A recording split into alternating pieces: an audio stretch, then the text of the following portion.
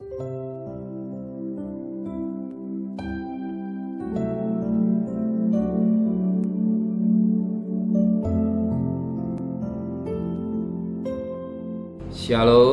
mari tundukkan kepala, pejamkan mata sejenak. Tiada kata yang manis selain ucapan syukur kepada Bapa di surga. Semua karena kasih karunia, semua karena kebaikan Engkau. Dan kami masih ada sebagaimana ada karena Tuhan. Maka sebelum kami mengadakan aksen lain, kami mengutamakan mencari Engkau, mengadakan mesbah keluarga, mesbah pribadi. Kami menaikkan pujian penyembahan, dan kami rindu untuk dengarkan renungan firman-Mu.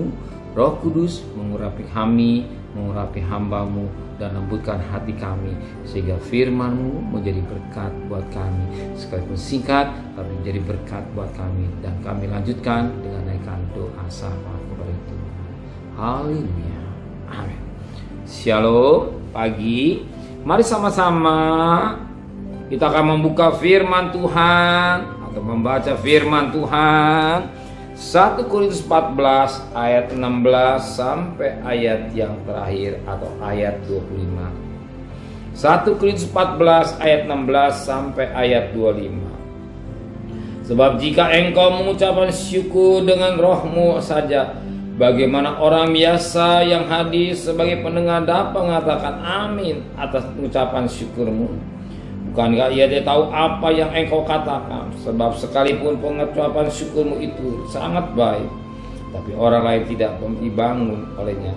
Aku mengucap syukur kepada Allah bahwa aku berkata-kata dengan bahasa roh lebih daripada kamu semua. Tetapi dalam pertemuan jemaat, aku lebih suka mengucapkan 5 kata yang dapat dimengerti untuk mengajar orang lain juga, daripada beribu-ribu kata-kata dengan bahasa roh. Saudara, janganlah sama seperti anak-anak dalam pemikiranmu. Jadilah anak-anak dalam bah kejahatan, tapi orang dewasa dalam pemikiran. Dalam hukum Taurat ada tertulis, oleh orang-orang yang mempunyai bahasa lain dan oleh mulut orang-orang asing, aku akan berbicara kepada bangsa ini. Namun demikian mereka tidak akan mendengarkan aku, firman Tuhan. Karena itu karunia bahasa roh ada tanda, bukan untuk orang yang beriman, tetapi untuk orang yang tidak beriman. Sedangkan karunia untuk berbuat adalah tanda, bukan untuk orang yang tidak beriman, tetapi untuk orang yang beriman. Jadi kalau seluruh jemaat berkumpul bersama-sama dan tiap-tiap orang berkata-kata dalam bahasa roh, lalu masuklah orang-orang luar atau orang-orang yang tidak beriman, tidakkah akan mereka katakan bahwa kamu gila? Tetapi kalau semua berbuat, lalu masuk orang yang tidak beriman atau orang baru, ia akan diyakinkan oleh semua dan dizirai oleh semuanya.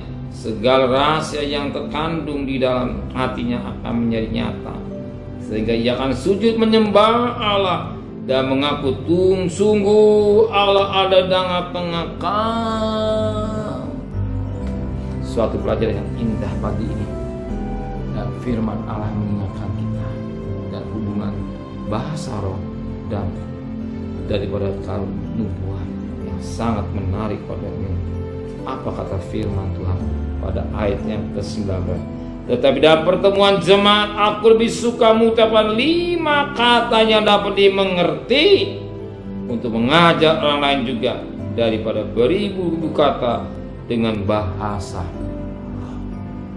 Jadi Paulus mau menyampaikan pada sidang lebih mengerti daripada beribu bahasa.